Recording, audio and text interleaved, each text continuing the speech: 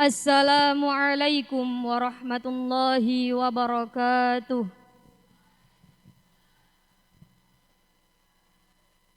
Alhamdulillahirabbil alamin wa bihi nasta'in wa ala umurid dunya waddin. Wassalatu wassalamu ala asyrafil anbiya'i wal mursalin Sayyidina Muhammadin wa ala alihi wa sahbihi ajma'in. Amma ba'du. Yang senantiasa kami ta'dimi, pengasuh pesantren Tebu Ireng, Romo Kiai Haji Abdul Hakim Mahfud, beserta Ibu Nyai Hajah Leli Lailia Hakim. Yang kami hormati Kepala Pondok Putri Pesantren Tebu Ireng, Kiai Haji Fahmi Amrullah Hadik, beserta seluruh majelis keluarga. Yang kami hormati narasumber bedah majalah Tebu Ireng edisi 75, beliau Tian Pribadi selaku pemimpin redaksi majalah Tebu Ireng dan Gus Glory Muhtar selaku pengasuh Pondok Pesantren SPMAA Cabang Bali. Yang kami hormati keluarga besar Pondok Pesantren SPMAA yang berkenan hadir pada malam hari ini. Dan yang kami hormati seluruh tim redaksi majalah Tebu Ireng. Dan yang kami hormati pembina Pondok Pesantren Putri Tebu Ireng, dan tak lupa pula segenap santri dan hadirin yang hadir secara fisik yaitu offline, dan segenap para hadirin yang hadir secara online mengikuti via YouTube maupun Instagram yang insya Allah dirahmati oleh Allah Subhanahu wa Ta'ala. Amin ya Rabbal Alamin. Puji syukur kehadirat Allah Subhanahu wa Ta'ala yang telah melimpahkan banyak karunia-Nya kepada kita sehingga kita bisa berkumpul di tempat yang insya Allah penuh dengan barokah ini dalam rangka bedah majalah Tebu Ireng edisi 75 dalam keadaan sehat walafiat. Salawat serta salam semoga selalu tercurahkan kepada baginda kita Nabi Agung Nabi Muhammad sallallahu alaihi wasallam yang telah membawa kita dari gelapnya zaman menuju zaman yang terang benderang, yakni ad-dinul Islam. Baiklah para hadirin yang kami hormati, sebelum kita mulai bedah majalah pada malam hari ini, marilah kita buka acara pada malam hari ini dengan bacaan suratul Fatihah, dengan harapan semoga acara pada malam hari ini berjalan dengan lancar. Amin ya Rabbal Alamin. Ala hadihin niyah wa ala kulli niyatin salihah. Al-Fatihah.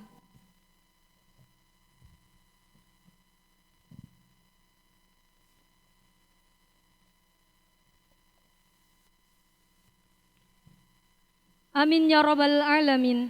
Acara selanjutnya yaitu sambutan yang mana akan disampaikan oleh Kepala Pondok Putri Pesantren Tebu Ireng kepada Kiai Haji Fahmi Amrullah Hadik. Kami haturkan.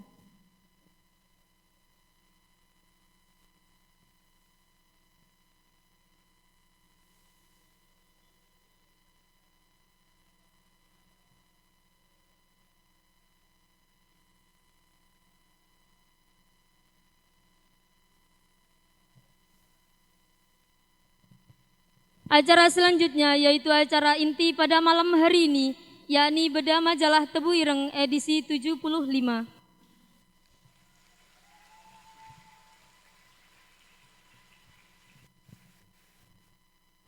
Baiklah para hadirin yang kami hormati, seperti yang telah kita ketahui, di depan telah ada narasumber kita, yaitu Ustadz Septian Pribadi selaku tim redaksi Tebu Ireng, dan Gus Glory Muhtar selaku pengasuh Pondok Pesantren SPMAA Cabang Bali. Dan sebelum kita mulai acara pada malam hari ini, mungkin saya akan bacakan sedikit mengenai isi majalah Tebu Ireng edisi 7.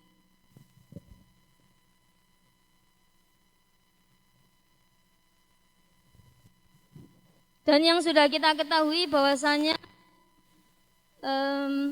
majalah Tebu Ireng edisi 75 ini yaitu dengan tema memadukan Islam dan minimalisme. Untuk para santri dan hadirin sudah membaca sebelumnya? Ya, alhamdulillah. Jadi sedikit banyaknya sudah mengerti ya isi dari majalah pesantren Tebu Ireng ini. Tapi meskipun sudah baca, saya akan membacakan sedikit lah tentang apa sih tema memadukan Islam dan minimalisme. Jadi seperti yang sudah kita baca bahwasanya di majalah Tebu Ireng, minimalisme itu apa? Kalau secara bahasa bahwasanya minimalis itu adalah hidup sederhana. Hidup sederhana itu yaitu tidak berlebihan. Kalau ada baju hitam satu, ya cukup satu, nggak usah beli lagi. Jadi kita mempersingkat ya, jadi nggak usah berlebihan dalam menggunakan apapun. Entah dalam segi pakaian, entah dalam segi barang. Nah itu minimalisme. Minimalisme itu kita diajarkan untuk mempunyai sesuatu yang kita butuhkan saja. Bukan yang kita inginkan. Beda ya antara membutuhkan dan keinginan. Kalau kebutuhan kalau sudah terpenuhi ya sudah, tapi kalau keinginan meskipun sudah terpenuhi akan ingin lebih. Kalau sudah punya satu pengen dua. Kalau sudah pengen dua pengen tiga. Dan itu beda-beda motifnya kalau baju ya. Dan minimalisme itu menurut saya di pondok pesantren sudah diajarkan. Contohnya kalau di pondok pesantren, setiap santri baru masuk ke pondok pasti mendapat ranjang, mendapat lemari, betul apa mboten? Nggih, punya lemari dan lemari itu kalau di pondok pesantren Tebu Ireng, lemari itu satu set ada empat pintu. Yang setiap pintu itu untuk satu anak. Nah, kalau sebagaimana yang kita ketahui, lemari pondok pesantren Tebu Ireng itu ketika kita buka satu untuk satu anak itu hanya ada 2 tingkat, tingkat pertama dan tingkat kedua. Nah itu kita diajarkan untuk hidup minimalis, sesederhana mungkin dan kita dituntut untuk mempunyai kebutuhan yang kita butuhkan saja, bukan yang kita inginkan. Jadi kalau kita menaruh barang yang tidak kita butuhkan, otomatis lemarinya akan penuh, tidak cukup. Akhirnya butuh 2 lemari. Makanya kita diajarkan di majalah Tebu Ireng edisi 75 ini untuk hidup minimalis. Dan yang sudah kita ketahui depan kita dari narasumber sangat luar biasa. Ustadz Septian pribadi juga sorry. Maaf saya buka masker karena suaranya kurang. Jadi sumber yang pertama yaitu akan dipaparkan oleh Ustadz Septian pribadi.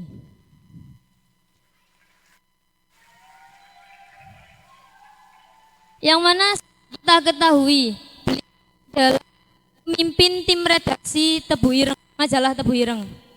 Yang pasti beliau mengetahui isi dari ini. Tapi sebelumnya mungkin bisa diceritakan Ustadz bagaimana tim redaksi Tebu Ireng mengangkat tema memadukan Islam dan minimalisme. Kepadanya kami haturkan. Terima kasih Mbak moderator. Saderenge kula nyuwun sewu dhateng para kiai, para bunyai, khususipun ahlan wa sahlan Ustadz Halim, Kepala Diklat Pesantren Tebu Ireng. Nyuwun sewu saderenge kula teng ajeng. Jadi sebelum masuk ke pemilihan kenapa kita memilih tema ini, saya ingin menyampaikan sedikit bahwa dalam dunia prefotologi atau dunia kenabian kita tahu bahwa mukjizat itu hanya berlaku ketika atau semasa hidup dari nabi itu sendiri. Misalkan Nabi Musa punya tongkat, kemudian yang bisa menjadi ular, juga bisa membelah lautan.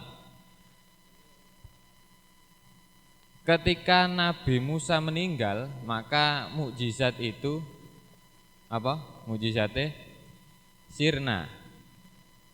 Tapi akan berbeda ketika mukjizat itu adalah Al-Qur'an. Kenapa berbeda? Karena mukjizat yang dimiliki Kanjeng Nabi itu abadi, bahkan melebihi umur dari sang Nabi itu sendiri. Pertanyaannya, kira-kira kenapa mukjizat Nabi yang berupa Al-Qur'an itu bisa hidup lebih lama? Tidak seperti mukjizat-mukjizat yang lain. Nah, ini mungkin apa ini saya manggilnya? Santriwati pesantren Tebu Ireng ada yang tahu enggak? Kenapa kira-kira? Apa? Karena ditulis. Ada lagi? Karena dibukukan. Artinya bahwa apa yang sampaikan tadi itu benar adanya. Apa yang kita tulis itu sejatinya adalah mengabadikan, bahasa anak sekarang itu kan kenangan ya, atau memori atau hal-hal yang lain, sehingga menulis ini menjadi hal yang sangat penting, bahwa menulis sendiri juga bagian dari keabadian dari mukjizat itu sendiri. Maka di majalah Tebu Ireng sebagai upaya untuk mengabadikan keilmuan-keilmuan, maka dijadikan sebuah majalah. Lalu kenapa kita mengangkat tema minimalisme? Minimalisme sekarang menjadi lifestyle. Apa Pak? Lifestyle kira? Gaya hidup dari generasi milenial atau generasi Z. Atau sekarang generasi apa?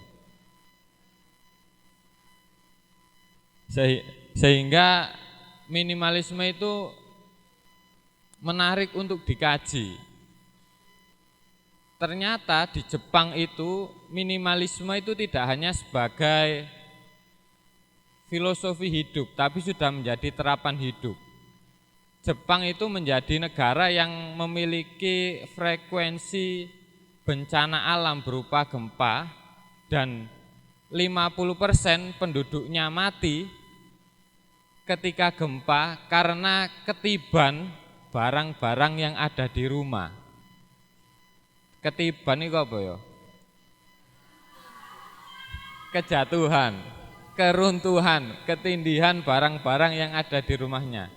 Oleh sebab itu minimalisme kemudian menjadi terapan hidup agar resiko kematian tidak mencapai 50%. Maka barang-barang yang sekiranya tidak perlu, tidak kita butuhkan dan tidak penting itu dikurangi.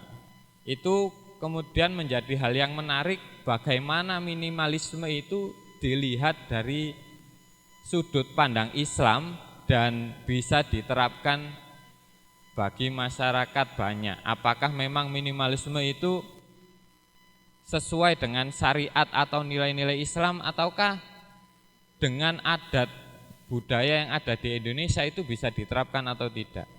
Saya kira itu Mbak yang bisa saya sampaikan kenapa minimalisme itu diangkat di edisi yang ke-75 ini.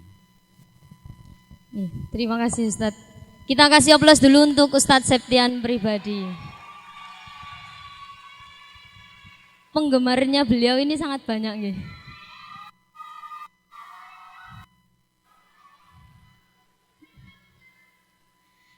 Alhamdulillah oleh pemimpin tim redaksi sudah dijelaskan kenapa mengangkat tema memadukan Islam dan minimalisme. Salah satunya ya untuk agar kita hanya menggunakan sesuatu yang kita butuhkan, bukan yang kita inginkan.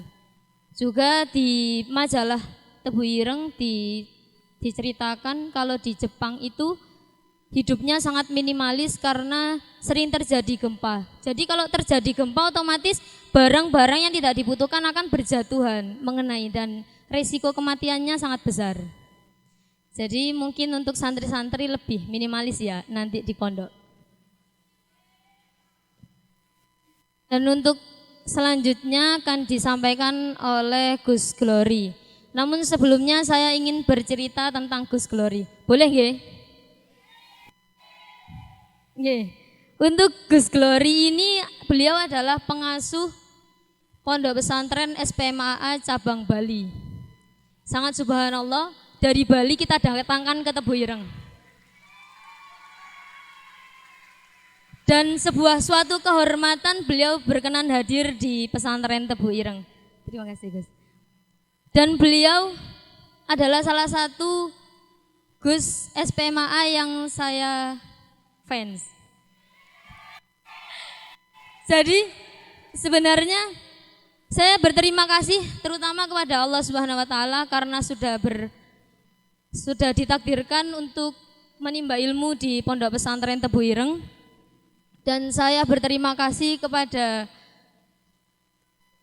Ketua Panitia Diklat yaitu Ustadz Halim karena sudah memberi saya kesempatan untuk menimba ilmu dari Gus-Gus SPMAA. Yang dari ceritanya saya sangat takjub dengan Pondok SPMAA ini. Dengan begitu sederhananya. Jadi menurut saya kalau ini ditemakan atau disampaikan oleh Gus-Gus SPMAA sangat tepat sekali. Karena dari yang saya sudah ketahui cerita-cerita dan juga saya sudah menimba ilmu langsung dari Gus SPMAA, saya menemukan banyak-banyak hal yang menurut saya berkaca diri, kok saya seperti ini sedangkan beliau orang hebat bisa seperti itu. Jadi mungkin nanti bisa kita dengarkan langsung ilmu-ilmu dari beliau. Tahu arti kepanjangan dari SPMAA? SPMAA itu sumber pendidikan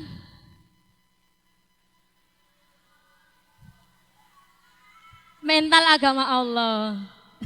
Saya tahu SPMAA itu sumber pendidikan mental agama Allah. Dari nama pondoknya sudah subhanallah nggih.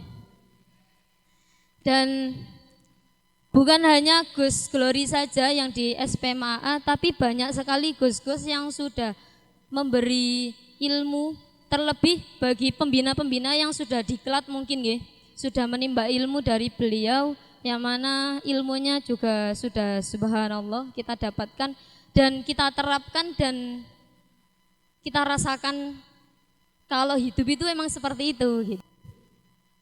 Jadi dan juga di majalah Tebu Ireng ini ada tulisan beliau yang berjudul Kesederhanaan Islam, The Next Level of Minimalism. Di situ di halaman 7 bisa kita lihat bersama, di halaman 7 sampai halaman 10. Dan ketika saya baca majalah ini, di tulisan beliau Gus Glory ada kata-kata yang sangat mengena pada saya, menurut saya sih, yaitu makan untuk hidup, bukan hidup untuk makan.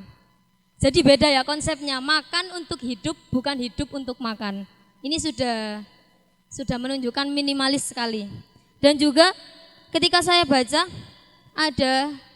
ada tulisan beliau mengutip dari ayahanda beliau yaitu Abi Mukhtar, yang mana prinsip beliau adalah kita boleh butuh uang, tapi jangan cinta uang. Dan beliau mengatakan memberi sebanyak mungkin dan menyimpan sesedikit mungkin.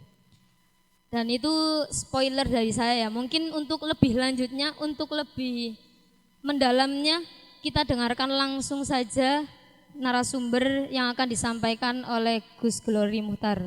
Padanya kami turun.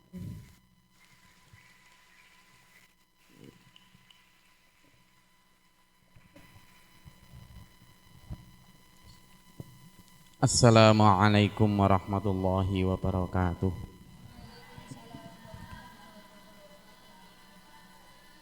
Alhamdulillahirabbil alamin. Allahumma shalli wa sallim barik ala sayyidina Muhammad wa ala alihi washabihi ajmain. Kepada yang terhormat Kiai Haji Fahmi, nggih, Kiai Haji Abdul Hakim Mahfud atau Gus Kikin sebagai pengasuh utama Pondok Pesantren Tebu Ireng, kepada yang terhormat Kiai Haji Fahmi Amrullah Hasib sebagai Kepala Pondok Pesantren Tebu Ireng Putri, yang saya hormati juga Kepala Pusdiklat Ustadz Halim, yang saya hormati juga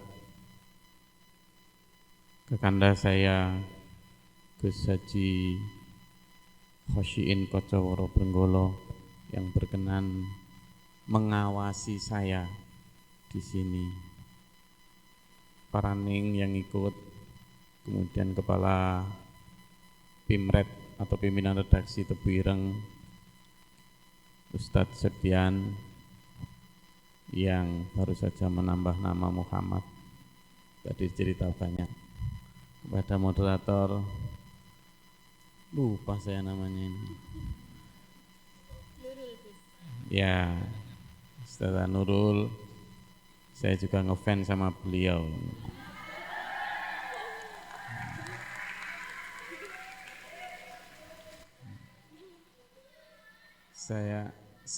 Saya paling suka kalau ada orang tersipu malu.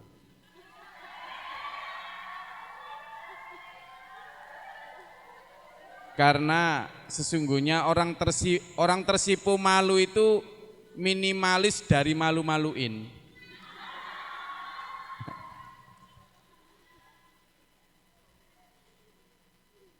Alhamdulillah, saya baru 2 jam yang lalu nemani anak-anak atau kader-kader TBI Tebu Ireng yang diklat angkatan berapa Ustadz?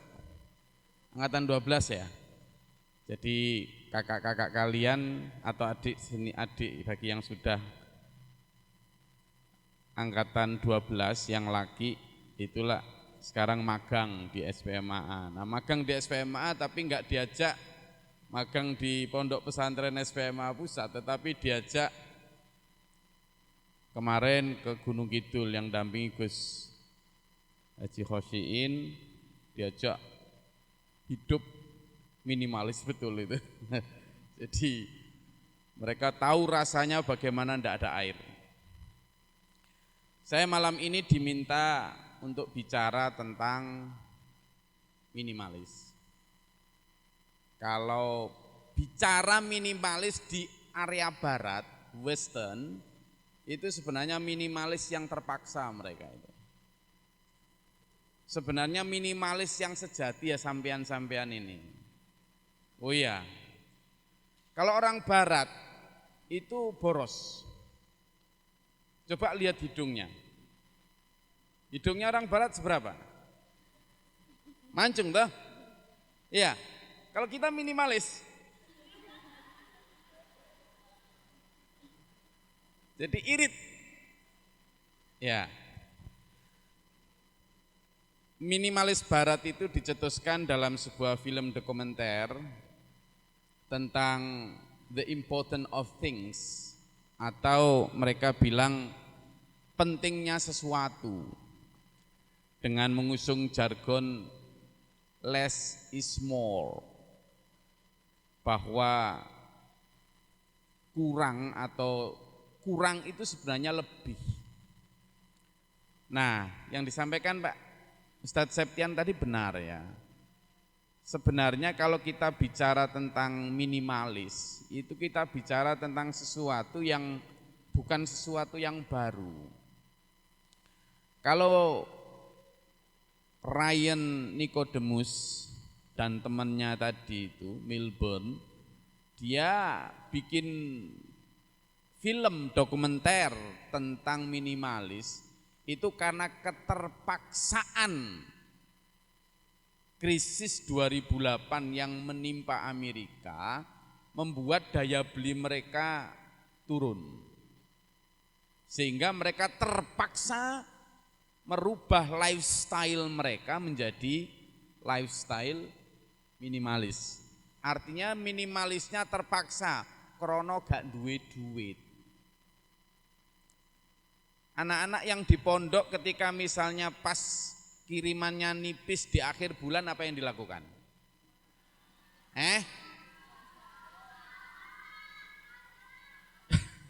Sebentar, yang belakang ngomong apa tadi? Ini puasa dengan nawaitu, ana nawaitu minimalis. Enggak tahu itu Ustadz, itu nanti pahalanya itu pahala minimalis atau pahala puasa itu. Dua-duanya ya. Orang Amerika ketika mereka krisis ekonomi 2008, mulai mereka kemudian mengurangi hal-hal yang tidak penting. Tetapi yang mereka lakukan adalah dengan mengubah lifestyle itu menjadi sebuah komoditas. Jadi ketika mereka mulai misalnya rumah pun tidak usah lebar-lebar, maka mereka berbondong-bondong mulai menempati flat-flat yang kecil.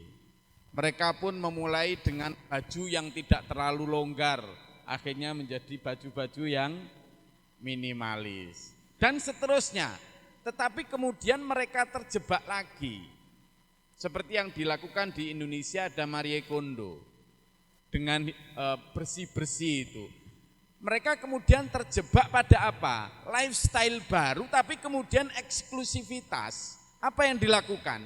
Membentuk komunitas-komunitas minimalis. Akhirnya apa? Komunitas minimalis ini menjadi eksklusif, lalu barang-barang yang diproduksi oleh kaum minimalis juga menjadi barang-barang yang eksklusif, akhirnya mahal lagi, gak minimalis lagi. Akhirnya gondeli lagi. Nah, padahal minimalis yang ditawarkan oleh Rasulullah Muhammad sallallahu alaihi wasallam itu minimalis sejati. Karena apa? Bukan karena saya tidak mampu. Bukan karena saya tidak mau. Bukan karena saya tidak mampu, seperti yang kamu lakukan ketika puasa karena kirimannya menipis, bukan. Bukan juga karena tidak mau, tetapi karena beliau punya visi yang berbeda. Nah ini yang itu saya sebut sebagai the next level of minimalis. Jadi Rasulullah Muhammad sallallahu alaihi wasallam ketika memilih untuk hidup di petak 4x3 atau 4x4.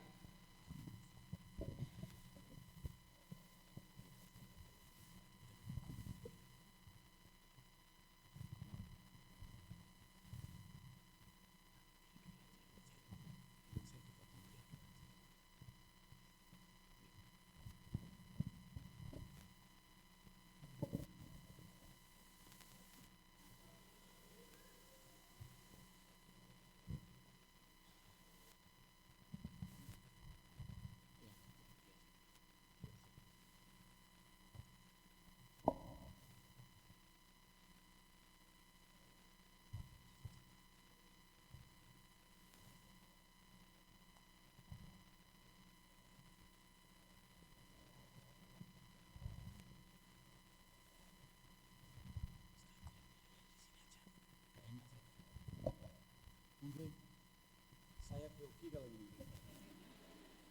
Enggak jadi ngomong saya nanti.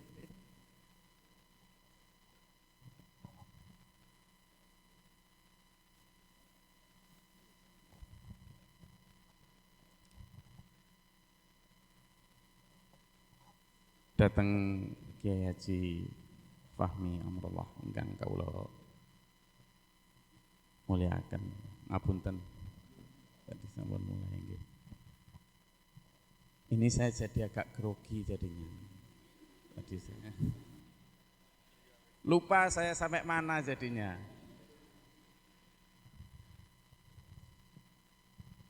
Ya, jadi ketika Rasulullah Muhammad sallallahu alaihi wasallam itu mempraktekkan hidup minimalis, itu beda visinya dengan Phil Milburn tadi atau si Ryan Nicodemus yang mereka menetapkan minimalis itu karena terpaksa.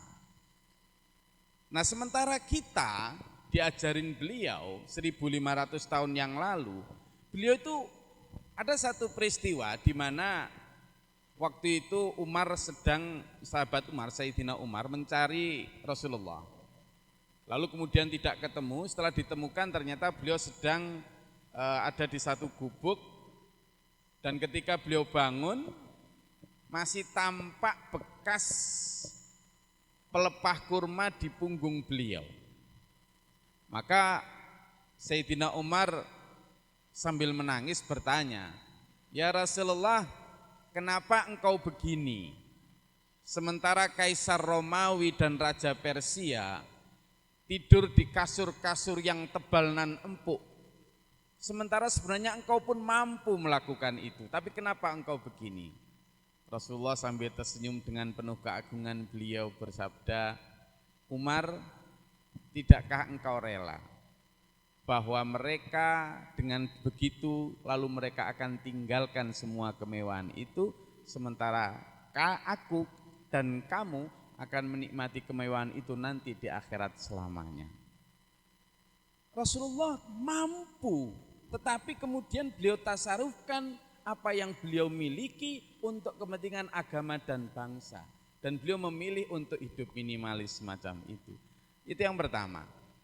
Jadi bukan karena tidak mau atau tidak mampu, tapi karena memang punya visi yang berbeda. Yang kedua, minimalis di dalam Islam, kalau Imam Ghazali mengatakan bahwa ada 3 macam kebutuhan orang. Yang pertama adalah daruriyat atau darurit. Apa itu? Sesuatu yang sifatnya emergensi. Yang kedua adalah hajat atau karena kebutuhan. Yang ketiga adalah karena tahsinat atau karena kemewahan. Nah, level yang sekarang dihindari harusnya itu adalah tahsinat. Kalau misalnya tentang doruri atau tentang emergensi masih boleh. Hajat juga masih boleh. Level yang disampaikan oleh moderator tadi itu adalah yang saya tulis di dalam majalah ini, kita harus bisa membedakan 2 minimal antara want and need. Kita bicara want, maka kita bicara keinginan. Kalau bicara need adalah kebutuhan. Nah, ketika kita bicara kebutuhan, saya mau tanya nih para santriwati. Cantik itu butuh apa aja? Apa? Skincare. Oke. Saya mau tanya nih, ada berapa wajah di sini? Oke. Saya mau tanya Ustadz Septian. Ustadz, yang namanya cantik itu ditentukan oleh skincare atau apa? Bingung saya jawabnya ini.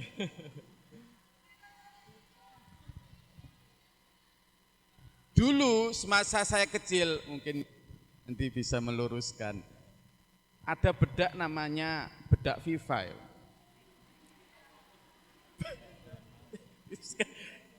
Bedak Viva, kata beliau, sekarang nggak ada yang mau. Bedak Viva itu satu saset dulu hanya 500.000. 500 perak. 500 perak. Saya mau tanya sama kamu, kalau bedak 500 perak ini dipakai oleh Dian Sastrowardoyo, masih cantik enggak? Oke. Sekarang skincare, merek Oriflame atau apapun dipakai sama kamu, kira-kira cantik enggak?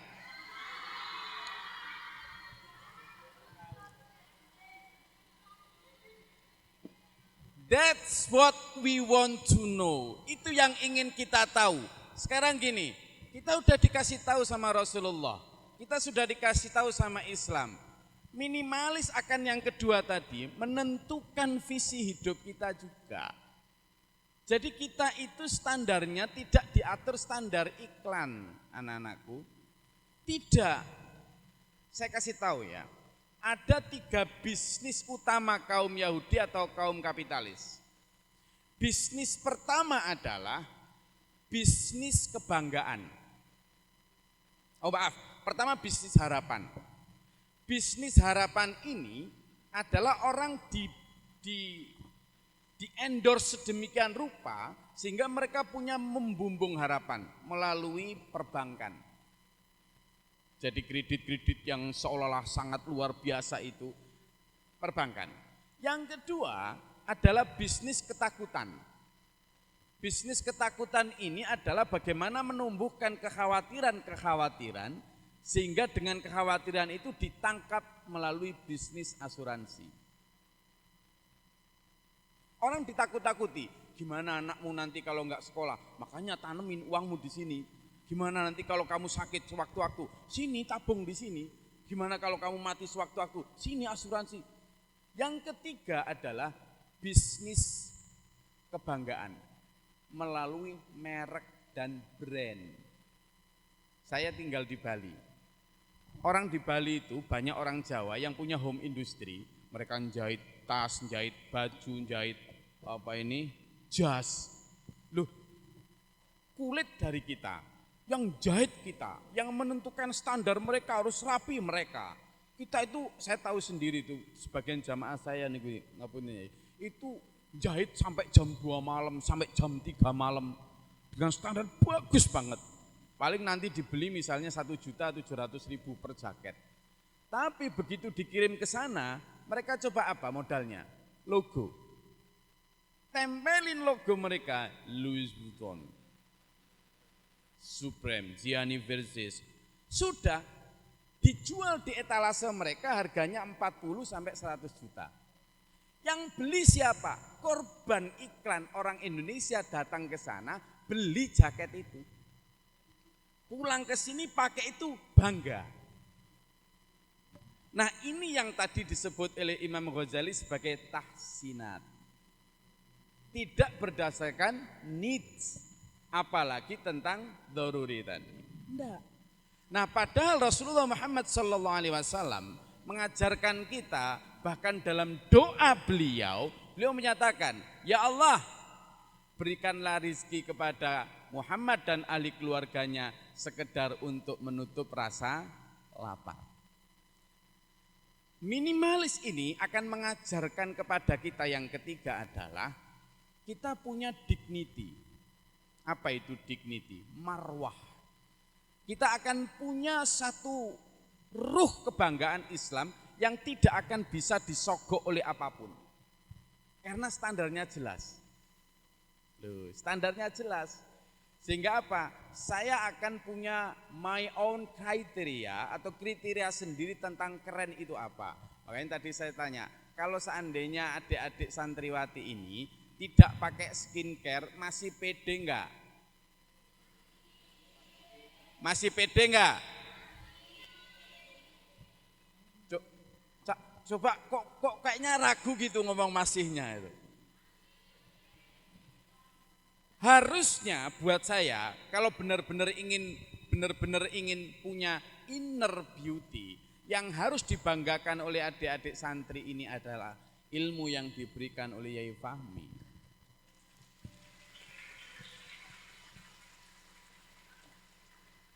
Kulit yang kamu olesi dengan skincare, anti-aging, glowing, apalagi itu tidak akan ada habisnya. Sekarang saya mau tanya, jilbab yang kamu suka mereknya apa? Robani, apalagi?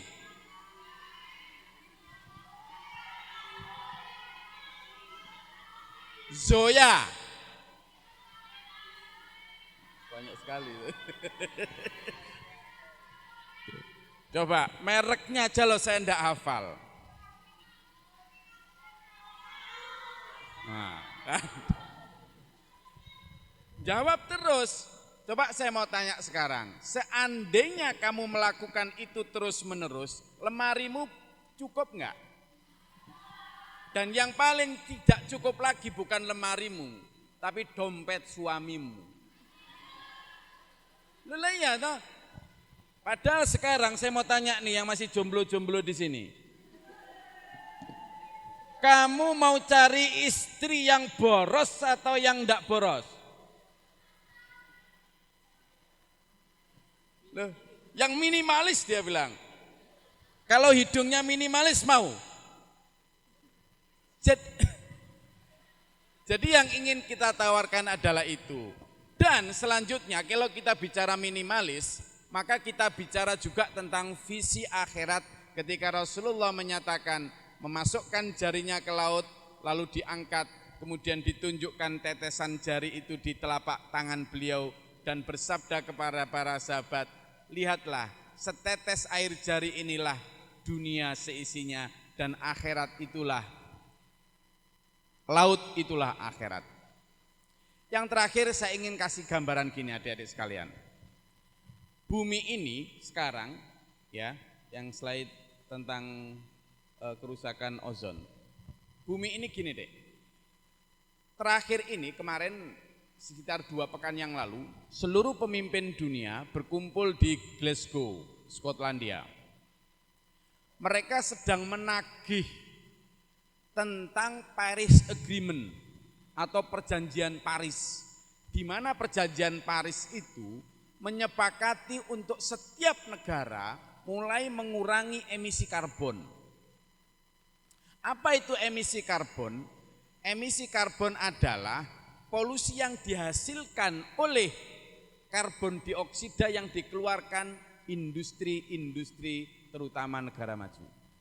Nah, apa kaitannya dengan minimalis? Sekarang rata-rata pakai gadget apa? Belum boleh di pesantren dari yang asal nih.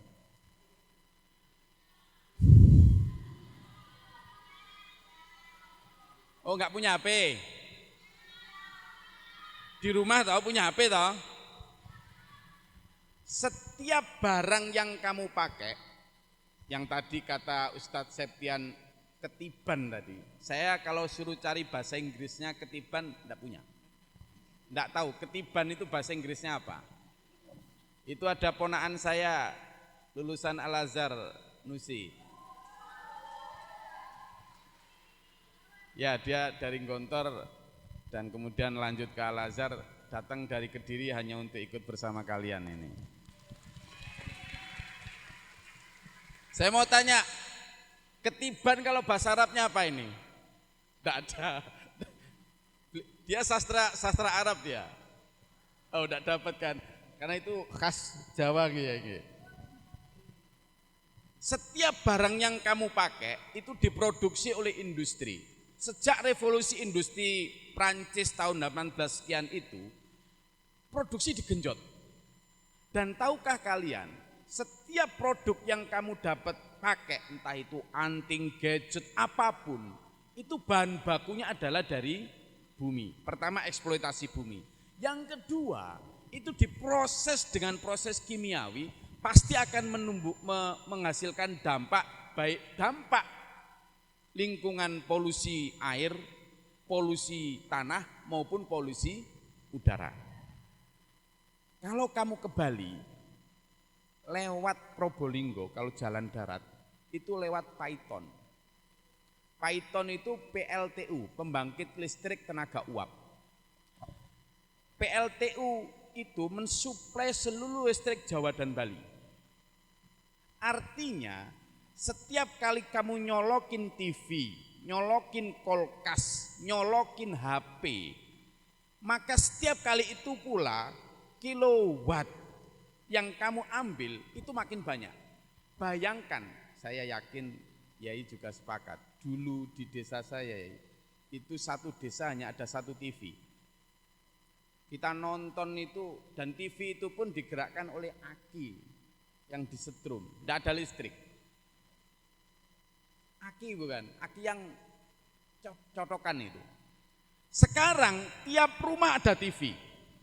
Artinya setiap rumah sekarang mengambil sekian watt dari listrik, tidak hanya gitu, sekarang setiap kamar minta TV. Iya kan? Bayangkan kalau setiap kamar minta TV, berapa watt yang harus dihasilkan oleh PLTU Python. Dan tahukah kamu, bahan bakar yang dipakai PLTU Python? Batu bara. Artinya secara tidak sadar, semakin banyak gadget, barang yang kamu pakai di dalam rumah, maka semakin banyak listrik yang harus diproduksi. Semakin banyak listrik yang harus diproduksi, semakin banyak batu bara yang harus dikeruk dari perut bumi. Maka ketika kamu semakin boros terhadap barang-barang, bumi juga semakin gampang dan cepat rusak. Sehingga ketika Allah berfirman, Dzuharul fasad, iya kan? Ketika sudah tampak kerusakan fil barri wal bahr, di laut maupun di daratan, itu karena bima kasabat aidin. Dan itu karena apa? Karena kita dulu ketika cuma punya Vario, enak tuh. Ustadz Septian goncengan sama bojonya. Tenang, damai. Tapi ini bukan Ustadz Septian ini, kalau beliau ini mutmainul qulub betul ini. Ini Ustadz Septian yang lain gitu. Begitu ada X-Max, kepengen beli X-Max, Dek beli X-Max yuk, ya. Akhirnya apa? 2 knalpot yang keluar dari rumahnya, berarti 2 polusi udara sudah. Besok anaknya minta mobil, akhirnya ada mobil, ada X-Max, ada Vario. 1 rumah 3, karena istrinya selain bukan beliau, Pak Ijo aja lah, jangan Ustadz Septian, saya nggak enak jadinya itu. Istrinya Pak Ijo ini selain untuk belanja juga butuh untuk sosialita arisan. Untuk arisan dia minta motor lagi, Pak Ijo membelikan lagi. Akhirnya ada 4 polusi udara yang dihasilkan. Semakin banyak polusi udara dihasilkan, ozon sebagai shield atau benteng bumi agar tidak terkena ultraviolet matahari semakin bolong. Makanya hari-hari terakhir ini kan semakin gampang panas ya. Karena apa? Karena kehidupan kita yang tidak minimalis. Maka apa? Sesi saya akhiri dengan begini. Kalau kita ingin melestarikan bumi, maka the next level of minimalis Islam itu memberikan tawaran. Lakukan hidup minimalis bukan karena keterpaksaan, tapi sebuah kesadaran. Yang pertama. Yang kedua tadi disampaikan oleh moderator benar.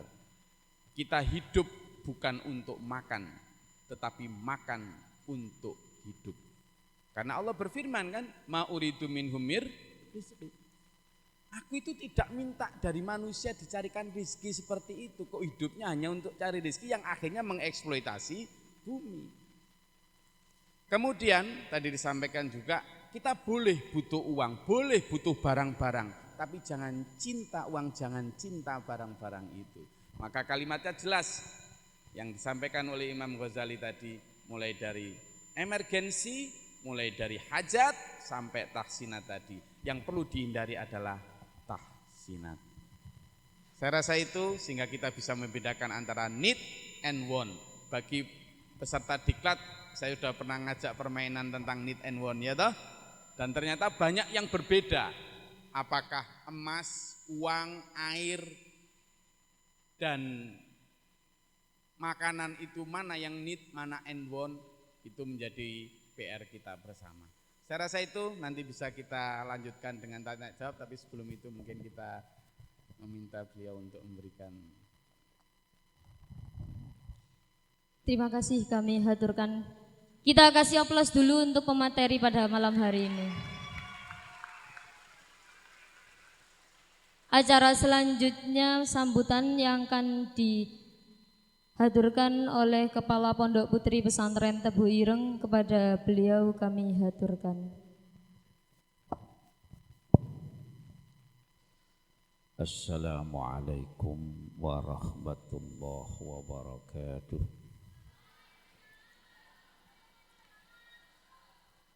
Alhamdulillahi wa kafa wassalatu wassalamu ala sayyidina Muhammadinil Mustafa wa ala alihi wa ashabihi wa man tabi'ahum ila yaumil wafa amma ba'd. Ashabal fadilah wal karamah, para alim, para kiai, khususnya narasumber kita ini Gus Glory, semoga Allah senantiasa berikan kesehatan dan keberkahan kepada beliau beserta rombongan, para asatid wal ustadzat serta para santri semuanya yang dimuliakan Allah Jalla wa'ala. Alhamdulillah summa alhamdulillah, malam ini kita bisa berkumpul di tempat ini dalam rangka bersilaturahim sekaligus bedah majalah. Semoga acara ini senantiasa membawa keberkahan bagi kita semuanya, amin ya rabbal alamin. Salawat serta salam semoga tetap terlimpah ke atas junjungan kita baginda Nabi Muhammad sallallahu alaihi wasallam. Hadirin wal hadirat, para santri semuanya, mohon maaf pada Gus Glory karena kebetulan ini dari 7 harinya kakak saya Gus Hakam, ya, kakak sepupu saya, jadi saya mengikuti di sana dulu baru ke sini sehingga tidak bisa dari awal tadi. Tapi apa yang disampaikan oleh beliau adalah sesuatu yang luar biasa. Sebenarnya yang penting bagi para santri ketika mendapatkan ilmu seperti yang disampaikan tadi, baik itu secara lisan maupun tulisan, yang paling penting itu adalah kita bisa mengambil hikmah dan mampu mengamalkannya walaupun tidak 100%. Karena kalau kita mengamalkan 100% ya berat juga. Tapi paling tidak sedikit dari apa yang kita dapatkan itu kita bisa mengamalkan, itu satu yang luar biasa. Saya tangkap tadi ada beberapa yang misalnya hidup sederhana. Ya. Nah, ini sangat penting khususnya untuk para santri ya. Karena ya hidup sederhana itu tidak harus miskin ya. Tidak harus miskin. Tapi hidup sederhana itu apa seperti yang dicontohkan oleh baginda Nabi. Baginda Nabi orang kaya, tetapi tidak lantas kemudian gaya hidupnya mengikuti kekayaan. Kalau Kanjeng Nabi kerso itu mungkin Gunung Uhud jadi emas. Coba itu Kanjeng Nabi itu. Kalau ditawarkan kepada kita, ya insya Allah ya gelem ya. Tapi yang ditawari Kanjeng Nabi kok gak kita yang ditawari. Kalau kita jangan Gunung Uhud, semua gunung kalau bisa emas ya garing jopo ya.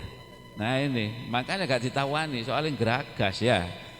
Nah jadi hidup sederhana ini salah satu saja.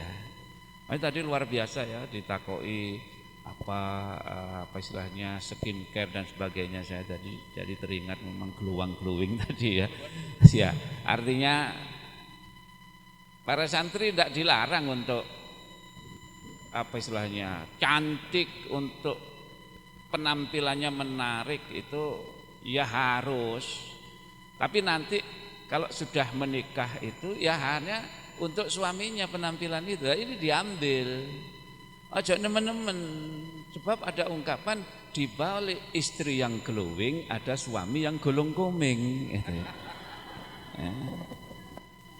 Gimana gak golong koming? Bandani. Dan saya Gus itu kadang-kadang saya ini genyo. Ternyata glowing itu bukan hanya untuk sosialita.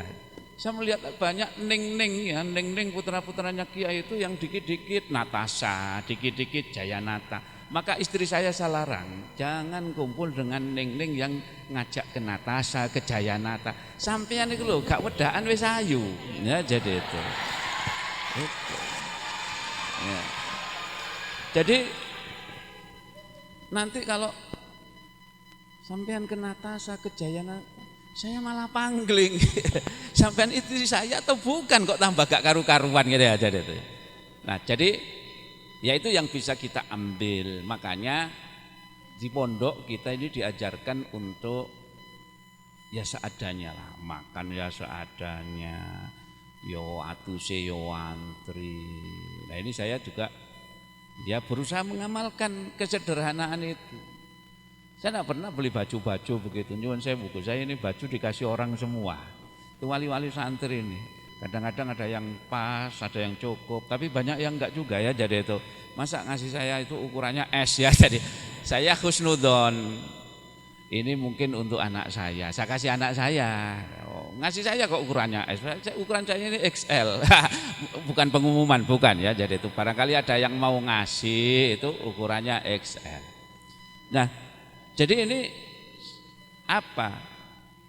Kesederhanaan itu tidak harus terus gak duwe apa-apa, gitu enggak. Makanya di majalah Tebu Ireng dan sebagainya saya melihat enggak seperti majalah-majalah yang lain, isinya memang luar biasa. Jadi ini pemimpin redaksi ini Mas Septian ini saya lihat ini berapa ya kualitinya itu luar biasa. Jadi tema-temanya itu jadi nggak ada misalnya yang kayak majalah-majalah yang isinya artis-artis dan sebagainya. Jadi hampir semua isinya majalah Tebu Ireng saya melihat ilmiah ya, mengandung ilmu semuanya. Kalaupun ada humor ya paling Cak Jahlun itu ya. Jadi ini tokoh kita itu. Jadi saya pikir itulah ya. Maka kita di pesantren itu terus terang saja kalian sangat beruntung ya, jadi bisa belajar berbagai macam ilmu ya. Saya tidak mengatakan ilmu dunia, ilmu akhirat dan sebagainya, semua itu ilmu sama ya. Tapi ingat yang penting kalian itu berusaha menjadi orang yang baik. Karena hidup itu bukan tentang siapa yang terbaik, tapi siapa yang mau berbuat baik. Ya, jadi sampean jangan mikir aku harus jadi yang terbaik. Ya kalau bisa enggak apa-apa, tetapi yang jauh lebih penting itu adalah bagaimana kamu bisa berbuat baik. Jadi bukan tentang siapa yang terbaik. Sebab kalau yang namanya terbaik itu kan cuma satu orang. Iya kan? Terpaling itu hanya satu orang. Dan itu relatif. Ya, makanya kadang-kadang saya juga heran ada pemilihan Miss Universe itu ya, wanita paling cantik di jagat raya ya. Nah beberapa tahun yang lalu yang terpilih dari Afrika yang kulitnya hitam dan sebagainya. Tapi kan relatif kecantikan itu. Kalau saya lihat ini dari Afrika ya masih cantikan santri Pondok Putri kalau begini ya. Jadi kalau saya yang curinya ya. Tapi itulah bahwa kecantikan itu relatif ya. Makanya yang namanya wanita dan sebagainya itu nyuwun sewu kadang-kadang memang ya ini anak-anak santri-santri ini karena SMP, SMA begitu ya. Jadi ketika berangkat sekolah itu penampilannya luar biasa. Sering kadang-kadang karena enggak dapat cermin untuk ngocoy itu ya, kaca mobil saya itu dipakai untuk ngaca itu sampai itu ya. Nah itu biasa ya. Jadi ya, sampai ngemut jarum pendul gitu ya. Untung enggak kelelekan ya jadi itu ya. Nah jadi ya terus berangkat ke lapangan rame-rame. Saya sering simpangan itu Masya Allah. Aromanya kalau pagi itu lewat lapangan sini ini harum. Ya karena santri-santri berangkat itu wangi kabeh. Tepak pas mulai mbumane ambune ya jadi itu ya. Kebalikannya wis kemeruwinget soalnya. Nah, jadi ya enggak apa-apa. Jadi kita tidak dilarang untuk itu, yang penting pokoknya apa? Yang penting sesuai dengan aturan, sesuai dengan tata tertib, sesuai dengan keinginan orang tua. Orang tua itu loh enggak kepingin yang apa? Enggak kepingin yang kemoncolan, enggak mungkin yang daki-daki. Sampean di pondok manut, gelem ngaji, gelem sekolah, gelem sergap jamaah itu bagi mereka itu sudah luar biasa. Kalau nanti misalnya ada di antara kalian yang diterima di perguruan tinggi favorit, itu adalah sebenarnya adalah tambahan saja, bukan sesuatu yang, tapi ketika di pondok ini yang penting. Bahkan sering saya ini wali santri itu ngomong sama saya ini yang penting pokoknya anak saya ini dapat barokah gitu. Ini yang tidak ditemukan gitu loh. Ya, bahkan beberapa tahun yang lalu itu ada orang Palembang mondokkan anaknya sampai orang tuanya pindah ke sini. Itu gara-gara apa? Supaya saya gampang ziarah ke Mbah Hasyim. Ada yang alasannya begitu. Jadi enggak ngomong supaya anak saya nanti jadi dokter, enggak. Mereka hanya ingin supaya menuntut ilmu dan mendapatkan keberkahan. Jadi itu aja sebenarnya. Dan keberkahan ini yang tidak bisa kita perhitungkan, tetapi kita berusaha untuk mendapatkan keberkahan kiai-kiai, mendapatkan keberkahan guru-guru. Itu saja. Makanya dengan adab yang baik, dengan dengan kesungguhan, insya Allah tidak ada yang tidak mungkin di dunia ini. Mungkin itu mewakili Kepala Pesantren Tebu Ireng, saya mengucapkan terima kasih khususnya kepada Gus Glory dan rombongan, kepada para panitia, dan saya mohon maaf nggak bisa mengikuti sampai akhir, nanti supaya tanya jawabnya lebih gayeng, karena saya ada tamu yang harus saya temui. Sekali lagi kurang lebihnya mohon maaf. Hadanallahu wa iyyakum ajmain wal afu minkum. Wassalamualaikum warahmatullahi wabarakatuh.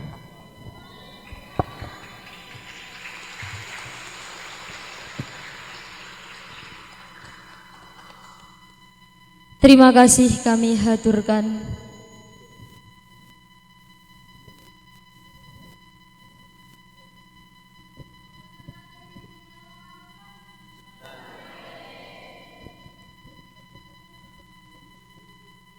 Alhamdulillah dari tadi kita sudah mendengarkan ilmu dari orang-orang hebat yang berada di depan kita semua. Mungkin saya ingin saya menyimpulkan saja dari pembahasan barusan nggih. Jadi dari pengangkatan tema memadukan Islam dan minimalisme sudah terbukti dan sudah kita rasakan terlebih di pondok pesantren yang dengan serba sederhana, dengan lemari yang hanya satu, dengan hanya ranjang hanya satu, tidak boleh berdua, gitu ya.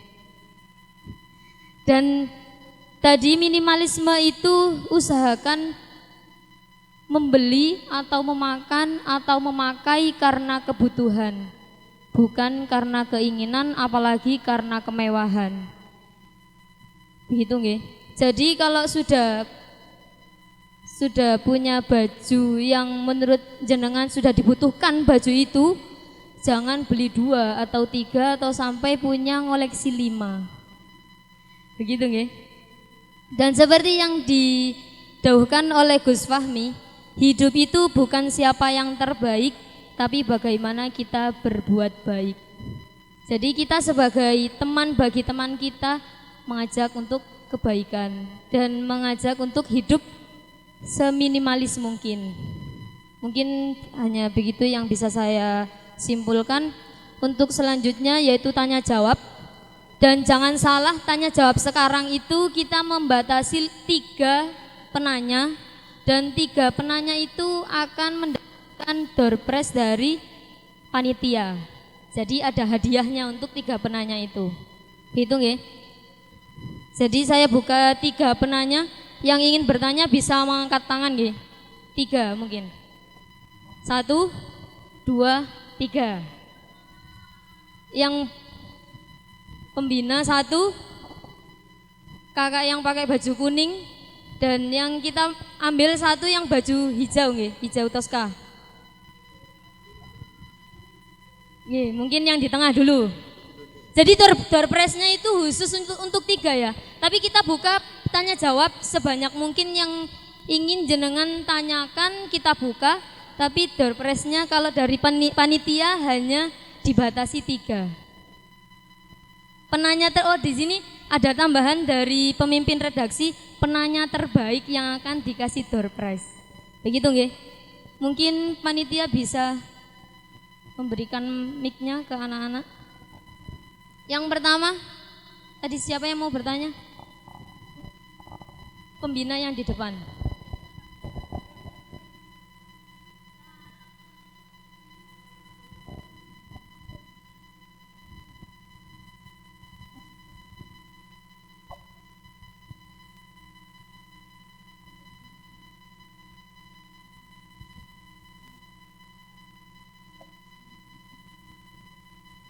Assalamualaikum warahmatullahi wabarakatuh.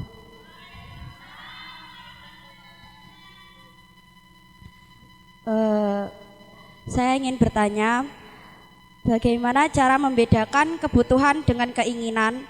Karena terkadang kebutuhan dan keinginan susah untuk dibedakan di zaman sekarang ini. Terima kasih. Assalamualaikum warahmatullahi wabarakatuh. Lanjut untuk penanya kedua.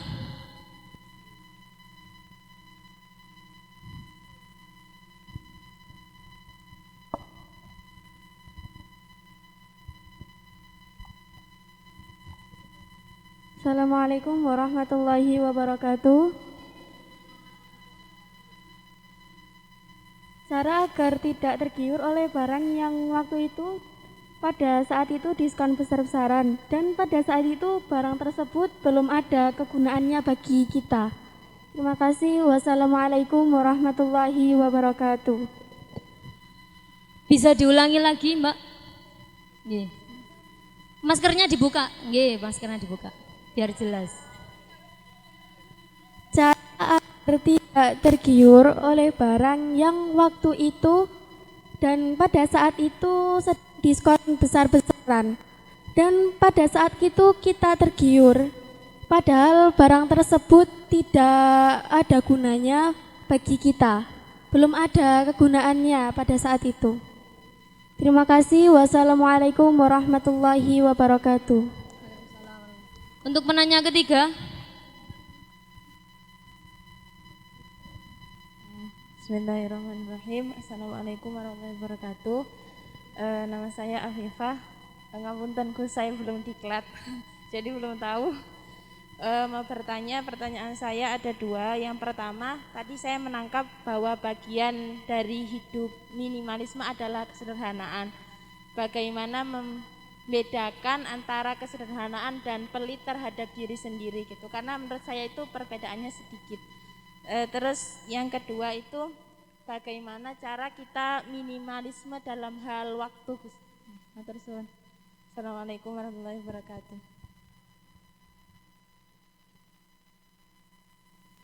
Kita cukupkan dari 3 penanya itu nggih. Jadi yang pertama, bagaimana membedakan kebutuhan dan keinginan? Mungkin bisa.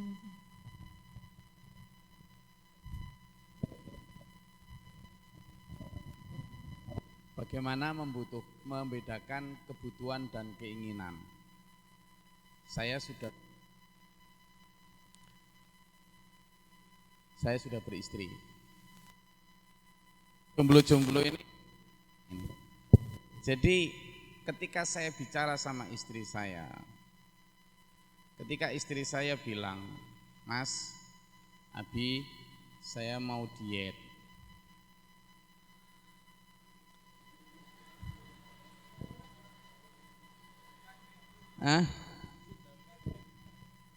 Ketika istri saya bilang, "Mas, saya mau diet," saya bilang, apakah itu kebutuhan atau keinginan? Menurut kalian diet itu kebutuhan atau keinginan?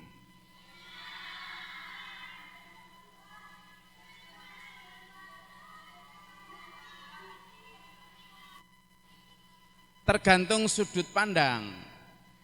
Kalau dari sudut pandang laki-laki, itu keinginan.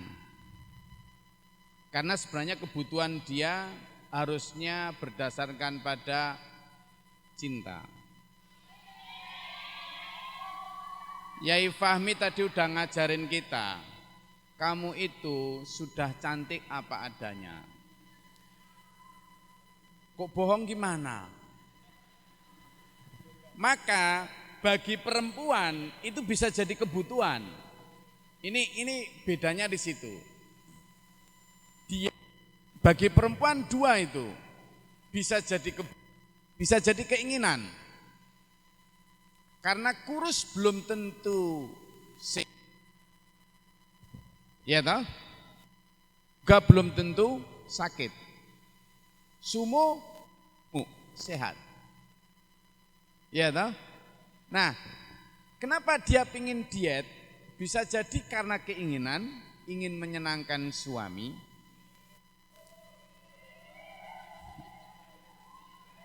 Maka keinginan istri bertemu dengan keinginan suami, ya sudah silakan. Tapi kalau saya sendiri, enggak. Kamu gemuk atau kurus, I will love you for entire of my life. Oh.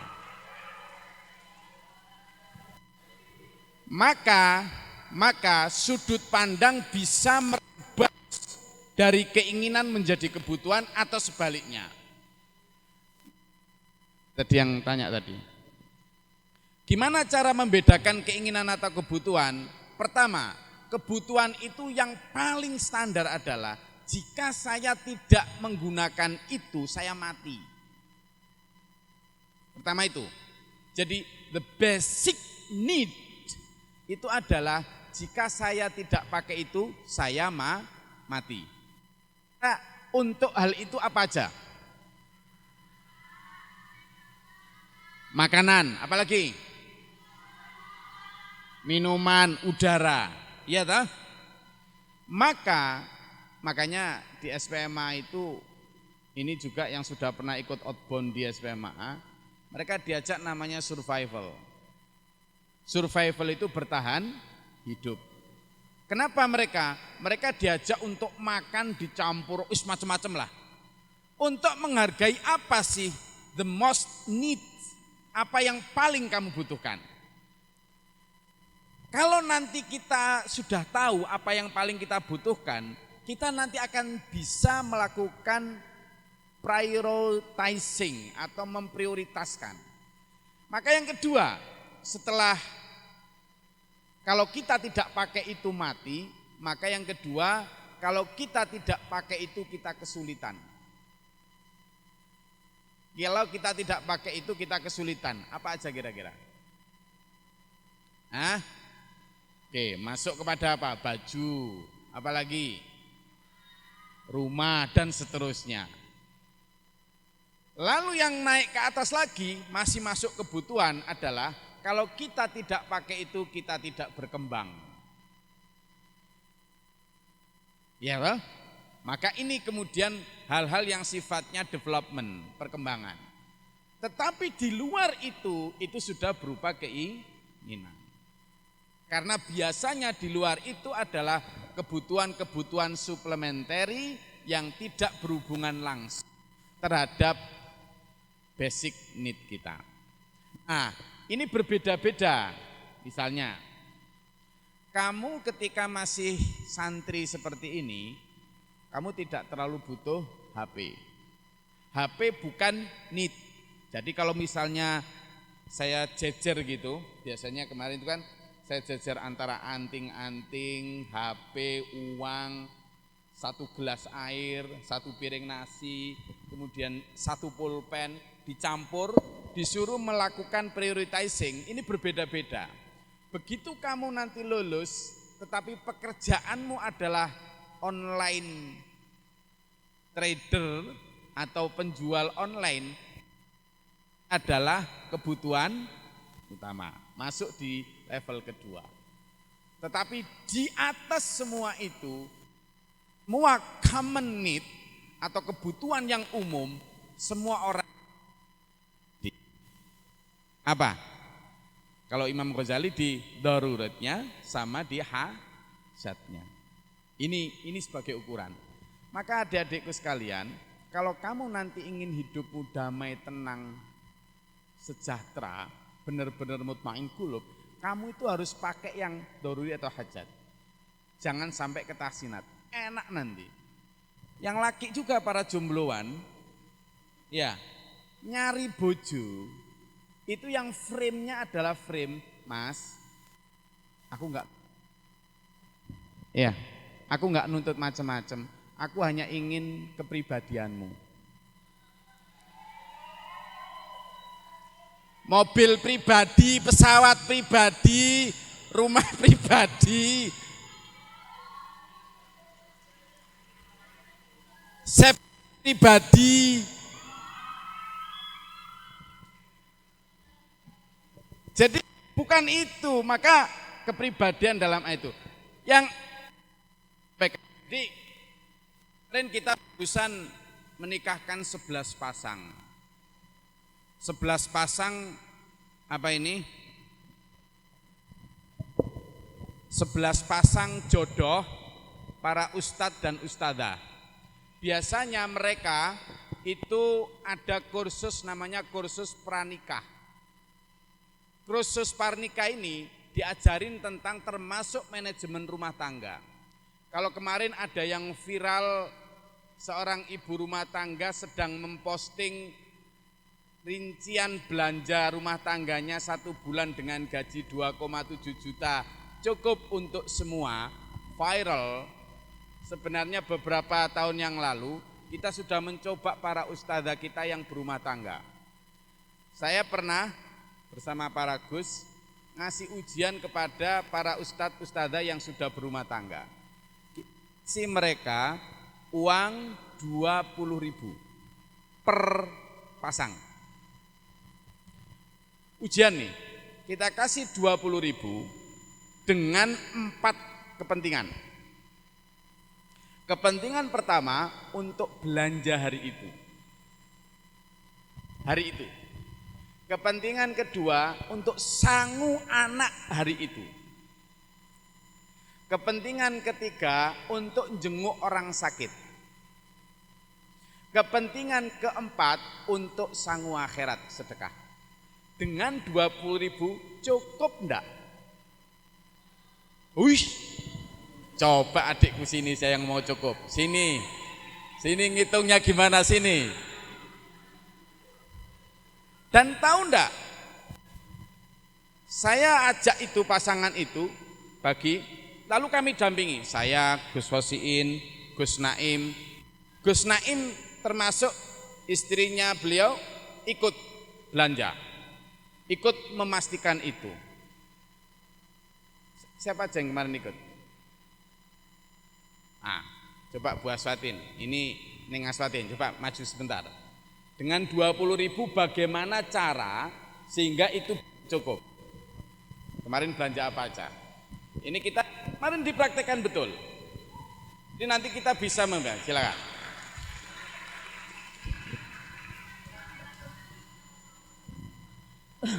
Terima kasih waktu yang diberikan Gus Glori. Kalau ukuran Ustadz Tebireng 20.000 tidak menjadi apa? Ya.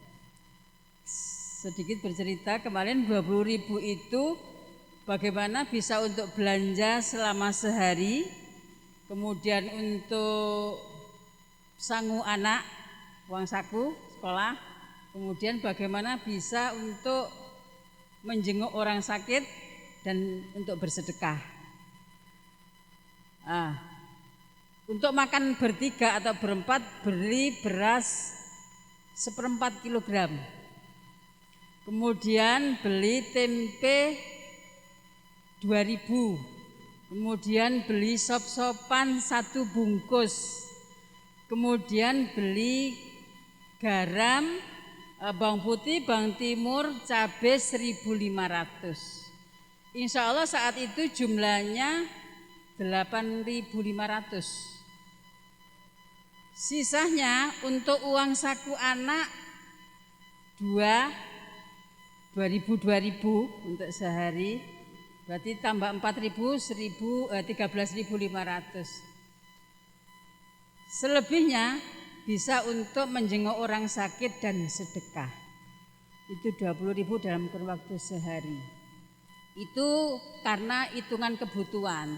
Kalau hitungan kemewahan atau keinginan ya lauknya perlu banyak, sayurnya bermacam-macam lah itu ukuran santri. Terima kasih Gus.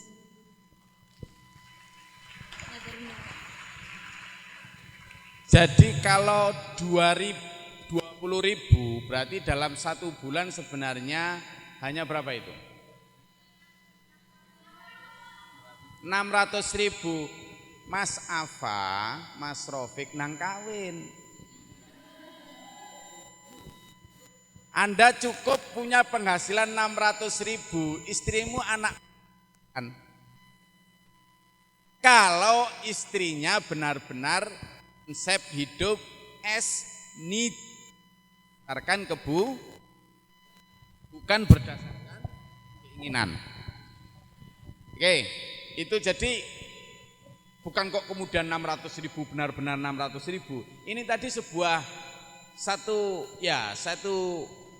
gambaran profiling bahwa jika memang sangat mendesak, adik-adik semua bisa begitu. Coba bayangkan kalau kamu dengan prinsip hidup seperti itu, betapa tenangnya suamimu.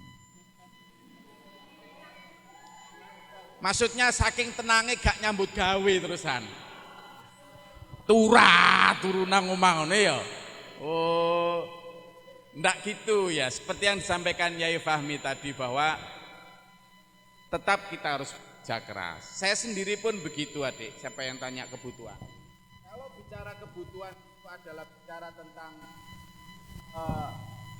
setiap beda ya. Kalau misalnya kebutuhan saya mungkin dengan Gus Kosiin mungkin beda. Kenapa? Karena beliau tidak terlalu banyak menggunakan multimedia. Beliau orangnya sangat khusyuk, sangat tenang. Stop. Gak kayak saya petikalan gitu loh. Sehingga mungkin aplikasi yang dibutuhkan beda, maka RAM dari HP-nya juga beda. Beliau tidak terlalu banyak membutuhkan layar yang levelnya terlalu rapat, enggak. Karena beliau enggak suka foto-foto. Tapi saya, karena saya sering difoto, sehingga mungkin kameranya lebih bagus. Nah kalau adik-adik mendukung kebutuhan, itu apa? Maka kameranya cukup dengan fungsi komunikasi. Dulu tanya Ustadz Halim, saya sejak punya HP sampai hari ini tidak pernah ganti nomor. Sejak tahun 98 sampai hari ini tidak pernah ganti nomor. HP dulu fungsinya awal sebelum kita punya HP itu ada namanya pager ya. Pager. Jadi pager itu kayak penyampai pesan yang kita, itu kalau taruh di sini itu, jalan itu gini. Saking sombongnya pager itu. Jadi pager ini kalau bunyi titit itu sudah gayanya banget. Berarti ada pesan masuk. Begitu pager sudah ganti, kemudian HP. HP pun sebelum ada SMS, ya belum ada SMS, masih hanya sebagai komunikasi. Itu udah luar biasa bangga. Lalu meningkat. Sekarang orang dengan HP jadul bilangnya itu HP atau janggelnya mobil, gitu sekarang. Jadi maka kebutuhan pun meningkat. Itu, terima kasih.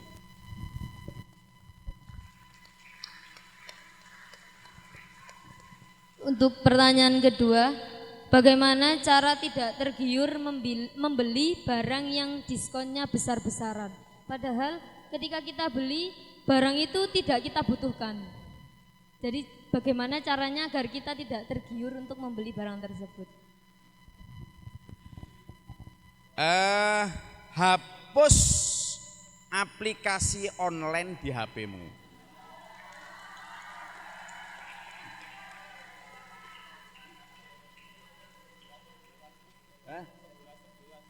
Ini ada 11 ya. Itu ibu-ibu pembina ini. Sudah, ini yang tadi Yai Fahmi katanya, iya kamu glowing, suamimu gulung kuming. Bener itu. Jadi saya punya binaan dan jamaah juga di Denpasar dan Tapak. Tahu nggak? Yang saya membuat bersyukur dan kemudian kerasan dulu, saya itu ketika masih bekerja di dunia profesional, itu setiap kali saya diajak misalnya senior manajemen tim meeting di Denpasar atau Bali, saya nggak mau, karena saya nggak suka apa yang banyak disukai orang. Jadi dulu misalnya ada di kampus anak yang paling disukai banyak orang, itu saya nggak terlalu banyak nyukai, karena sudah disukai banyak orang. Biasanya mereka yang nyukai saya. Sekta. Nah, ketika Bali, nah di Bali itu juga begitu. Ibu-ibu jamaah itu rata-rata adalah ibu-ibu sosialita. Mereka yang bukan hanya arisan, bahkan ketika pengajian pun menjadi ajang show of force. Pamer kekayaan, pamer tas, pamer baju. Sehingga apa? Mereka selalu merasa ada need, ada kebutuhan untuk ganti baju setiap kali arisan, untuk ganti tas setiap kali pengajian. Coba bayangkan dampak negatif dari hidup konsumerisme, hidup hedonisme. Sehingga apa? Bagaimana cara mencegah agar kita tidak tertipu iklan? Tadi saya bilang, tetapkan standar keren menurut kamu sendiri. Sekarang saya mau tanya, kamu pernah tahu anak-anak pang? Anak-anak pang yang di perempatan-perempatan jalan itu? Anak-anak pang itu tanpa mengerdilkan mereka ya, tanpa mengejek mereka. Mereka kan tampak seperti kotor banget ya. Penuh tato, kemudian anting-anting bahkan di lidah, di hidung, di apa segala macam. Bagi standar orang lain, sepertinya anak pang itu kan kotor, jorok dan lain sebagainya. Bagi kalian, bagi kita, tapi bagi dia punya standar tentang hidup itu beda. Dan dia bangga dengan itu. And they live with that. Mereka hidup dengan kebanggaan itu. Mereka tidak ikut standar kita bahwa yang keren itu adalah bersih, bagus. Enggak. Loh, yang saya jadi pelajaran adalah kalau anak-anak pang saja berani hidup dengan standar mereka sendiri, kenapa santri pesantren Tebu Ireng, kenapa santri SPMA, kenapa santri-santri tidak punya standar sendiri? Kenapa harus pakai standarnya? You are what you drive. Sebuah baliho besar di pinggir jalan mengatakan, kamu adalah ditentukan apa yang kamu naiki. Lalu ada mobil bagus. Lah kita, kemuliaan kita ditentukan oleh mobil.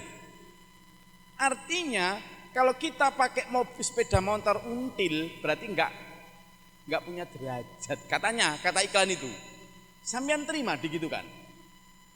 Saya enggak terima. Siapa lu bikin standar tentang hebatnya saya itu? Kamu adalah produsen mobil, kamu adalah produsen skincare, kamu adalah produsen fashion. Apa hebatmu sampai membuat standar hidup saya itu? Enggak, buat saya standar saya adalah begini. Saya pernah coba itu. Saya terbang dari Surabaya, dari Denpasar. Waktu itu ada pertemuan di Medan. Saya terbang. Waktu saya terbang pertama itu pakai pesawat biasa, pesawat ekonomi. Tapi saya pakai baju yang lumayan bagus, kan gitu, lumayan bagus. Loh, orang nggak mandang. Baliknya, saya pakai pesawat bisnis kelas Garuda, tapi saya pakai sarungan, baju koko, bawa tas kresek. Loh, saya itu loh mau masuk situ enggak boleh. Enggak boleh. Karena dianggap saya enggak worth it gitu loh, enggak layak mau naik Garuda itu. Baru ketika saya tunjukkan boarding pass masuk, loh, orang saja sekarang itu bikin standarisasi tentang keren tidak keren, layak tidak layak berdasarkan baju, berdasarkan kursi pesawat. Maka kita harus mulai melakukan dekonstruksi, redefinisi terhadap itu dengan mengatakan no, it's stop, it's enough, yakfi. Saya akan bikin standar keren menurut saya sendiri. Buat saya keren adalah ketika saya pakai bedak tipis-tipis. Buat saya keren adalah ketika saya hafal alfiyah meskipun bedak saya tipis. Gitu loh. Buat saya keren adalah ketika saya bisa menerjemahkan di ta'alim muta'alim dalam perilaku kehidupan saya meskipun rok saya tidak bermerek. Gitu loh. Loh lah iya. Buat saya keren adalah ketika saya bisa bermanfaat di pulau-pulau terpencil untuk anak pencil itu tentang Quran, tentang kitab-kitab meskipun saya tidak digaji dan meskipun saya hidup sederhana. That's cool. Itu. Kalau sampai nanti mindsetnya begitu, saya yakin Shopee, Bukalapak, Lazada dan lain sebagainya gulung tikar. Tapi saya enggak ngajak ke sana. Ini enggak fait accompli ya. Saya nanti dituntut. Enggak gitu. Jadi saya tetap belanja di online semacam itu. Tetapi misalnya kayak ini saya sedang mau belanja tentang mikrofon yang untuk vlog gitu. Ya, karena media center kita akan banyak wawancara dengan banyak orang. Ya kita butuh. Kita sedang nyari mikrofon yang paling bagus kualitasnya, yang paling mahal sekalipun enggak masalah, tapi itu adalah need untuk umat. Gitu. Sebagai gambaran juga gitu. Jadi makanya saya itu punya di dompet saya kartu depo bangunan. Artinya kalau itu biasanya beli di sana, tapi bukan untuk rumah saya, tapi ketika kita mau bangun masjid, mau bangun sekolahan, itu. Saya juga punya Garuda Frequent Flyer, itu bagi penumpang Garuda yang memang sudah langganan. Saya sudah nyampe goal, tapi bukan karena saya memang begitu gitu, tapi itu tadi. Jadi yang sampai Fahmi tadi benar. Hidup berdasarkan kebutuhan, hidup sederhana. Itu bukan kemudian sama harus pakai baju compang-camping, lalu kemana-mana nggak pakai sendal, enggak gitu ya. Tapi adalah berdasarkan kebutuhan umat itu, bukan karena keinginan. Oke? Oke. Pertanyaan yang terakhir, bagaimana membedakan kesederhanaan dan pelit terhadap diri sendiri? Pelit itu kalau nggak pernah bedaan tapi punya duit. Loh lah iya ta. Jadi di tempat saya ada seorang, sebut aja Wak Haji R. Dulunya belum haji, jadi R aja. Ini hanya sebagai contoh. Dia itu pengen sekali disebut kaya. Sampai saking pengennya kaya, Ustaz. Itu dia enggak pernah, pertama enggak pernah ngasih orang. Tapi yang pertama itu, dia pelit terhadap dirinya sendiri gimana? Saking pengennya sampai level kaya, dia itu bahkan makan itu loh. Misalnya hari ini makan ikan asin itu. Ikan asin itu cuma ditulitkan minyaknya tok itu di nasinya itu. Besok dipakai lagi. Jadi digoreng lagi besok. Memang irit banget. Dan dia kemudian bisa sampai beli sawah, beli apa. Tapi ini terlalu pelit terhadap diri sendiri dan tidak bisa menikmati hidup. Tapi beda lagi misalnya sederhana. Kita tetap beli seperti yang disampaikan istrinya Gus Naim tadi. Kita tetap makan, beli lauk, beli nasi, beli apa, sama. Rasulullah Muhammad SAW beserta para istri beliau juga begitu. Ya tetap belanja biasa, makan biasa, minum biasa. Tetapi kemudian membatasi diri dari pemborosan yang hanya berdasarkan keinginan tadi. Saya yakin loh, makanya saya tadi dari Lumajang ke sini itu, ini momen pas dan topik yang dipilih oleh Ustadz Septian luar biasa tentang minimalisme ini untuk mencegah pertama mengalihkan egoisme individual kepada altruisme komunal. Apa itu egoisme individual? Orang-orang barat ketika merubah minimalisme atau mengatakan itu begini. Jadi dia ingin merubah kebutuhan satu, mengurangi kebutuhan barang-barang, tapi dialihkan kepada dia jadi kemudian rekreasi ke sana, rekreasi ke sini, akhirnya tetap kepada individu dia sendiri toh. Nah kita enggak, kita merubah ketika kita punya sesuatu, enggak pelit terhadap diri sendiri, kita tetap makan. Tetapi selebihnya kita pakai untuk altruisme komunal. Apa itu? untuk kebutuhan agama, bangsa dan negara. Yang harusnya itu juga sebenarnya untuk diri kita sendiri nanti di akhirat. Saya rasa itu jawaban kita. Mungkin nanti dari Gus Kasihin atau apa ada yang tambahan lagi. Untuk pertanyaan yang terakhir, bagaimana cara meminimalis waktu?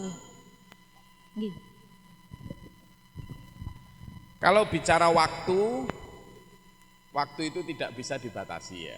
Waktu dia akan berjalan terus, tetapi bagaimana kita menata waktu, menurut saya kalimat yang tepat bukan meminimalis waktu, tetapi efisiensi waktu. Titik utama adalah jangan pernah menunda sesuatu. Jangan pernah menunda sesuatu. Yang kedua, sadari bahwa sebenarnya kita itu masuk di dalam wal asr, demi waktu yang singkat. Waktu kita singkat banget. Tahu nggak kalau saya bilang gini, tahukah mau kemana aku? Kalimatnya siapa itu? Kalimatnya siapa? Loh, tahu toh? Jadi itu instastory-nya si VE yang kemarin barusan meninggal. Si Vanessa ini menulis Instagram story, tahukah, tebak, bukan tahukah, tebak mau kemana aku. Loh, dia nulis itu dalam bayangan dia 2 jam kemudian nyampe di tujuan Surabaya.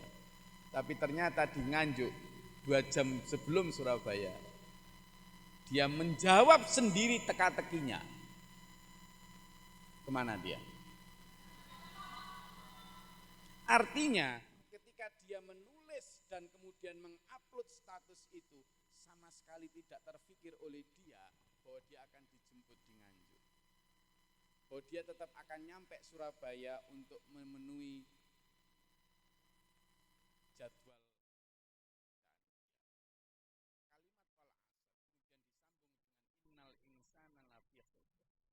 Sungguhnya semua manusia mulai dari inna lam takkit ya toh, kemudian wawunya jejko kosong, itu menunjukkan betapa banyak orang karena waktu dia tidak bisa menghargai waktu sehingga kemudian rugi. Saya tidak bicara bahwa si artis ini rugi, itu wallahu alam, urusan dia dengan Allah. Tapi saya hanya memberi contoh bagaimana semua orang seringkali ka'annaka ta'ishu abadan, seolah-olah kamu itu akan hidup selamanya. Padahal konsep kita harusnya ka'annaka tamutu, seperti seolah-olah kamu itu besok mati. Ini yang akan kemudian kita tidak menunda waktu, tidak ada pemborosan waktu. Sehingga apa? Saya rasa konsep Islam itu sudah begitu indah, sudah begitu kamilah, sudah begitu perfect mengatur kita bahkan di dalam hal how to manage time. Bagaimana memanage waktu. Dan yang terakhir adalah kita datang di sini itu juga dalam konteks itu, agar kita menjadi orang-orang yang tidak rugi. Satu di antaranya selain aman wa amilus sholihah adalah watawasau bil haq watawasau bis sabr. Tagline-nya adalah sabar mengingatkan, sadar diingatkan. Jadi sabar mengingatkan, sadar diingatkan. Kalau mengingatkan ini aktif, kalau diingatkan itu pasif. Kalau diingatkan sadar. Tapi ketika mengingatkan kita sabar. Insya Allah nanti dengan begitu hidup kita akan menjadi orang-orang yang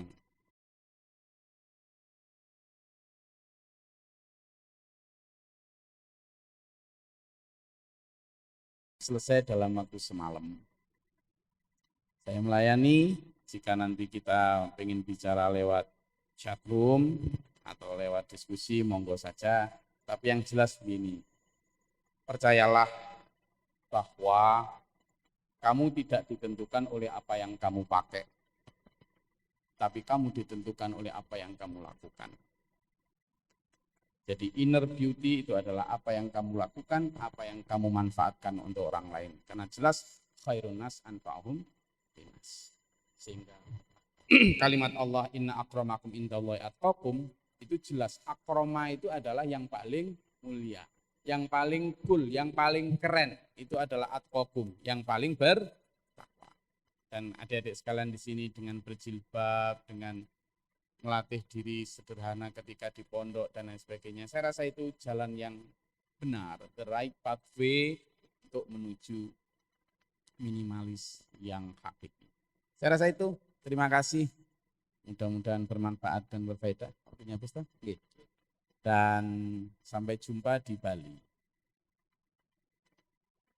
Ini kalau ke Bali semua gimana, Ustaz? Mau ya? Oke.